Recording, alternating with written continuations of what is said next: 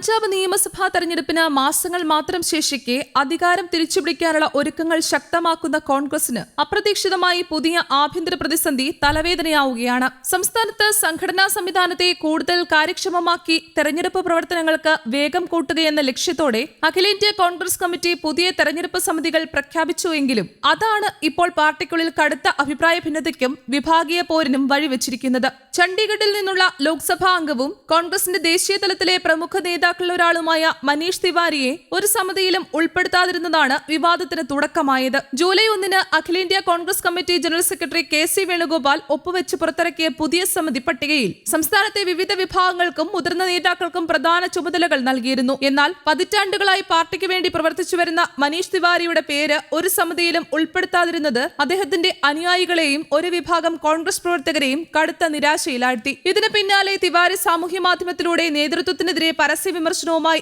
രംഗത്തെത്തിയതോടെ വിവാദം കൂടുതൽ ശക്തമായി. സമൂഹ മാധ്യമത്തിൽ പങ്കുവച്ച കുറിപ്പിൽ സംഘടനാ തീരുമാനങ്ങൾ വ്യക്തിയുടെ കഴിവിനെയും പ്രവർത്തന മികവിനെയും അടിസ്ഥാനമാക്കിയല്ല, മറിച്ച് ചിലരുടെ വ്യക്തിപരമായ അരക്ഷിതാവസ്ഥയും മുൻവിധികളും സ്വാധീനിക്കുന്ന രീതിയിലാണ് ഇപ്പോൾ കാര്യങ്ങൾ മുന്നോട്ടു പോകുന്നതെന്നായിരുന്നു മനീഷ് തിവാരിയുടെ വിമർശനം. സ്വന്തം കഴിവ് മറ്റുള്ളവരിൽ അസ്വസ്ഥതയും ഭയവും സൃഷ്ടിക്കുമ്പോൾ സംഘടനാപരമായ നീതിയുള്ള തീരുമാനങ്ങൾ പ്രതീക്ഷിക്കാൻ കഴിയില്ലെന്നും വ്യക്തികളുടെ അരക്ഷിതാവസ്ഥയ്ക്ക് തന്റെ പക്കൽ മരുന്നില്ലെന്നും അദ്ദേഹം പരിഹാസരൂപത്തിൽ കുറിച്ചു. 1981 മുതൽ ഏകദേശം 4 പതിറ്റാണ്ടിലേറെയായി കോൺഗ്രസ് പാർട്ടിക്ക് വേണ്ടി താൻ പ്രവർത്തിച്ചു വരികയാണെന്നും അതിൽ അഭിമാനമുണ്ടെന്നും ഓർമ്മിപ്പിച്ച അദ്ദേഹം ഒടുവിൽ സംഭവിക്കേണ്ടത് സംഭവിക്കുക തന്നെ ചെയ്യും എന്ന അർത്ഥമുള്ള വാചകത്തോടെയാണ് തന്റെ പ്രതികരണം അവസാനിപ്പിച്ചത്. തിവാരിയുടെ തുറന്ന പ്രതികരണം പുറത്തു വന്നതോടെ അദ്ദേഹം കോൺഗ്രസ് വിടുമോ എന്ന ചർച്ചകൾ രാഷ്ട്രീയ കേന്ദ്രങ്ങളിൽ സജീവമായി. പാർട്ടി നേതൃത്വത്തോട് അദ്ദേഹത്തിന് ഗുരുതരമായ അതൃപ്തിയുണ്ടെന്നും സമീപഭാവിയിൽ അദ്ദേഹം പുതിയ രാഷ്ട്രീയ തീരുമാനങ്ങൾ കൈക്കൊള്ളാൻ സാധ്യതയുണ്ടെന്നുമുള്ള അഭ്യൂഹങ്ങളും വ്യാപകമായി പ്രചരിക്കാൻ തുടങ്ങി. എന്നാൽ ഇത് സംബന്ധിച്ച് മനീഷ് തിവാരിയോ കോൺഗ്രസ് നേതൃത്വമോ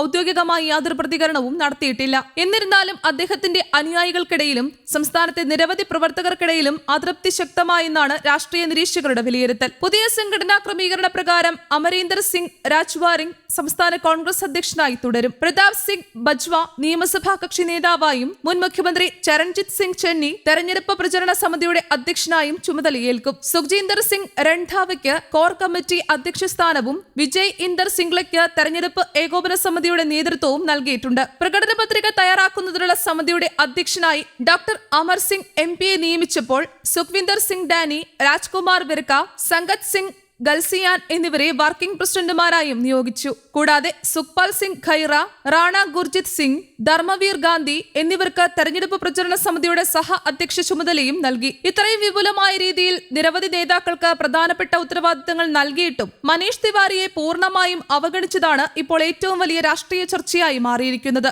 ഇത് യാദൃച്ഛികമായ തീരുമാനമല്ലെന്നും അദ്ദേഹത്തിന്റെ സംഘടനാ സ്വാധീനം പരിമിതപ്പെടുത്താനുള്ള ലക്ഷ്യമിട്ടുള്ള ആസൂത്രണ നീക്കമാണെന്നും അദ്ദേഹത്തോട് അടുപ്പമുള്ള നേതാക്കൾ ആരോപിക്കുന്നു. പ്രത്യേകിച്ച് ചണ്ഡീഗഡ്, മൊഹാലി, പഞ്ചകുല, ആനന്ദ്പൂർ സാഹിബ് ഉൾപ്പെടെയുള്ള മേഖലകളിൽ തിവാരിക്കുള്ള ശക്തമായ രാഷ്ട്രീയ സ്വാധീനവും സംഘടനാ പിന്തുണയും കുറയ്ക്കുകയെന്ന ലക്ഷ്യത്തോടെയാണ് ചില പ്രാദേശിക നേതാക്കൾ ഇത്തരമൊരു നീക്കത്തിന് പിന്നിൽ പ്രവർത്തിച്ചതെന്നാണ് വിലയിരുത്തൽ. വരാനിരിക്കുന്ന തെരഞ്ഞെടുപ്പിൽ സ്ഥാനാർത്ഥി നിർണയം, പ്രചരണ തന്ത്രങ്ങൾ, നയപരമായ തീരുമാനങ്ങൾ തുടങ്ങിയ നിർണായക വിഷയങ്ങളിൽ അദ്ദേഹത്തിന്റെ ഇടപെടൽ ഒഴിവാക്കാനാണ് ഈ നടപടിയെന്ന ആക്ഷേപവും ഉയരുന്നുണ്ട്. കോൺഗ്രസിനുള്ളിലെ പുതിയ ഭിന്നത സംസ്ഥാന രാഷ്ട്രീയത്തിലും വലിയ ചർച്ചയായി മാറിയിട്ടുണ്ട്. തെരഞ്ഞെടുപ്പ് അടുത്തു വരുന്ന സാഹചര്യത്തിൽ പാർട്ടി ആഭ്യന്തര പ്രശ്നങ്ങളിൽ കുടുങ്ങുന്നത് കോൺഗ്രസിന്റെ വിജയ സാധ്യതയെ ബാധിക്കുമോ എന്ന ആശങ്കയും ഒരു വിഭാഗം നേതാക്കൾക്കുണ്ട്. അതേസമയം കോൺഗ്രസിലെ അഭിപ്രായ ഭിന്നതയെ രാഷ്ട്രീയ ആയുധമാക്കി സംസ്ഥാനത്തെ പ്രധാന എതിരാളികളായ ആം ആദ്മി പാർട്ടിയും ഭാരതീയ ജനതാ പാർട്ടിയും രംഗത്തെത്തി. സ്വന്തം പാർട്ടിക്കുള്ളിൽ ഐക്യം ഉറപ്പാക്കാൻ കഴിയാത്ത കോൺഗ്രസിന് സംസ്ഥാനത്ത് ബദൽ ഭരണകക്ഷിയാകാൻ കഴിയില്ലെന്ന വിമർശനമാണ്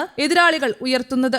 ഇതോടെ തെരഞ്ഞെടുപ്പിന് മുന്നോടിയായി പഞ്ചാബ് കോൺഗ്രസിലെ ആഭ്യന്തര പ്രതിസന്ധി സംസ്ഥാന രാഷ്ട്രീയത്തിലെ പ്രധാന ചർച്ചാ വിഷയമായി മാറിയിരിക്കുകയാണ്.